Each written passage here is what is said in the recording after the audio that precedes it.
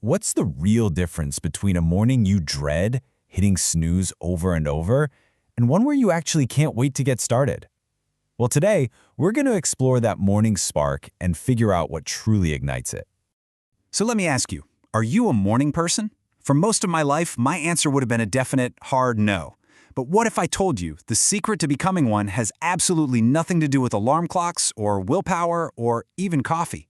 And this quote right here is what sets up our whole mystery today. The author says they were never an early riser, but now they wake up early and get this, willingly. How does that even happen? What's the secret sauce?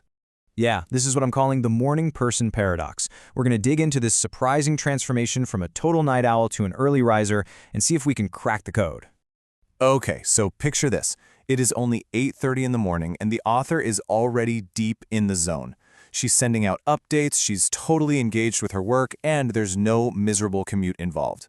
I mean, that is a complete 180 from her old self. And I think a lot of us can probably relate to this.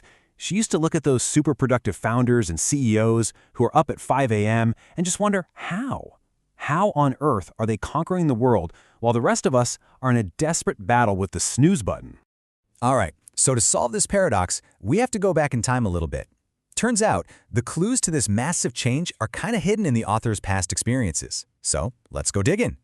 And this slide just nails the core difference, doesn't it? I mean, look on the left, the forced morning, that awful struggle just to drag yourself into the office. But then, on the right, you have the willing morning, where jumping out of bed at 4 a.m. for something you're excited about feels, well, it feels almost effortless.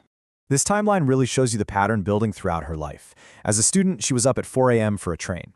As a professional, she'd be the first one in the office for projects she actually loved. And now, she wakes up early just because she's genuinely eager to work on her own ideas. You see the thread here, right? The time on the clock was never the real point. It was always about the motivation. And get this is not a new thing for her. Her mom once let her sleep in, thinking she was doing her a favor. But the author? She was furious. Not grateful, furious, because she'd missed a day she was actually excited for. That internal drive, that spark, has always been there. So all of this, all these little clues, they bring us to the big aha moment. We're about to connect all the dots and uncover the one secret ingredient that really makes all the difference. So what is the real difference? What separates a day you dread from a day you just can't wait to start? Well, the answer is one single word: autonomy. It's the control you have to decide what you work on and how you spend your time. It's that feeling that you are in the driver's seat of your own life. And when you have that autonomy, oh man, everything changes. Your mornings just feel lighter, your entire day feels more purposeful, and you're filled with this natural, powerful sense of ownership and freedom over what you're doing. To forget all the willpower hacks and chugging caffeine, the real secret is clarity and purpose.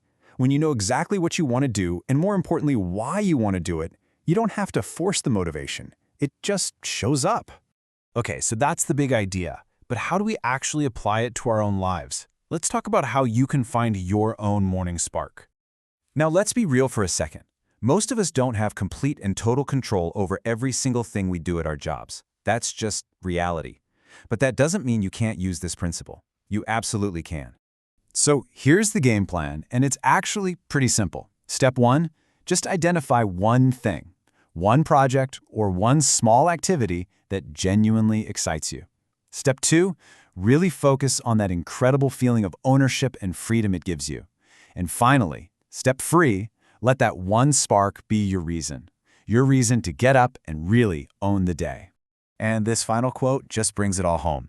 Control, autonomy, and responsibility aren't just management words. They are what put the spring in your step every morning. See, these aren't just corporate buzzwords you hear in meetings. They're the fuel. So the big takeaway here isn't that you have to become a 5 a.m. person. It's about finding your purpose, your reason. So I'll just leave you with this question. What is the spark that will get you out of bed tomorrow?